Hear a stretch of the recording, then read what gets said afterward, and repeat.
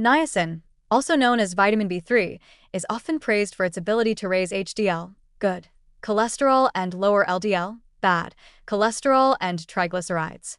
For these effects, it has been used in both clinical and over-the-counter settings for decades. But what many people don't realize, and what supplement marketing rarely emphasizes, is that niacin is also one of the few vitamins that can be directly toxic to the liver at high doses. When used inappropriately or without medical supervision, high-dose niacin can trigger acute liver injury and, in some cases, full-blown liver failure requiring hospitalization or transplantation. This can happen quietly, sometimes within weeks of starting the supplement. Niacin exists in several forms. Nicotinic acid, the cholesterol-lowering type, nicotinamide, used in skincare and cell repair, and newer forms like inositol hexanicotinate or nicotinamide riboside. Of these, nicotinic acid is the form primarily used to manage blood lipids and the one most associated with liver toxicity. Therapeutic doses of nicotinic acid for cholesterol management typically range from 1,000 to 3,000 milligrams per day, vastly higher than the recommended dietary allowance of 14 to 16 milligrams per day for general health. At such pharmacologic levels, niacin essentially behaves like a drug, and it should be treated like one, with routine liver monitoring and careful dose adjustments. Unfortunately, it often isn't. The danger is that niacin side effects can be silent. While the classic niacin flush, a red, warm sensation on the skin, can occur with immediate release forms, this side effect doesn't correlate with liver risk. In fact, the no-flush or extended-release versions, often preferred for comfort, are more hepatotoxic. These formulations allow for steady, prolonged exposure of the liver to niacin, which increases the risk of inflammation, enzyme elevations, and even hepatic necrosis. People who switch to a no-flush niacin formulation thinking it's safer may actually be increasing their risk without realizing it. Once liver injury begins, symptoms are usually vague: fatigue, nausea, abdominal discomfort, or absent altogether. Liver enzyme tests, AST, may spike dramatically before any outward symptoms appear.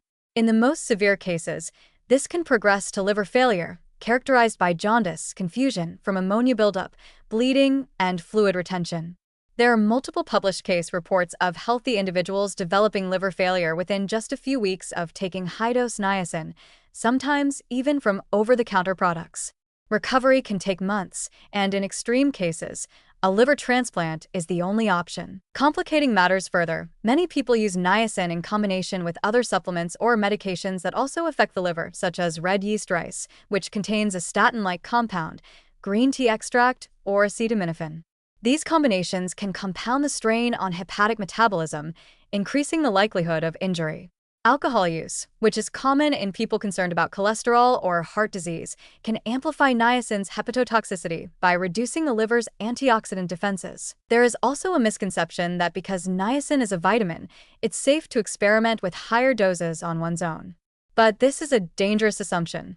Niacin is water-soluble, but that doesn't mean the body can flush out large excesses safely. In fact, its metabolism places a unique burden on the liver's enzymatic pathways, and exceeding the liver's capacity leads to the formation of reactive metabolites that can damage liver cells directly. The risk is even greater in people with pre-existing liver conditions, including fatty liver disease, which is increasingly common due to obesity and metabolic syndrome. The widespread availability of niacin supplements without prescription makes misuse easier. Many products sold online or in health stores advertise niacin as a natural statin alternative or promote it for detoxing, blood flow enhancement, or cognitive benefits. These claims often lack nuance, leaving consumers to self-dose without understanding the difference between nutritional and pharmacologic use.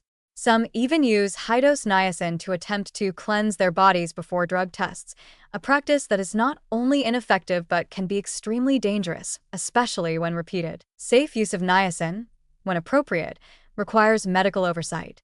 Lipid levels must be monitored alongside regular liver function tests.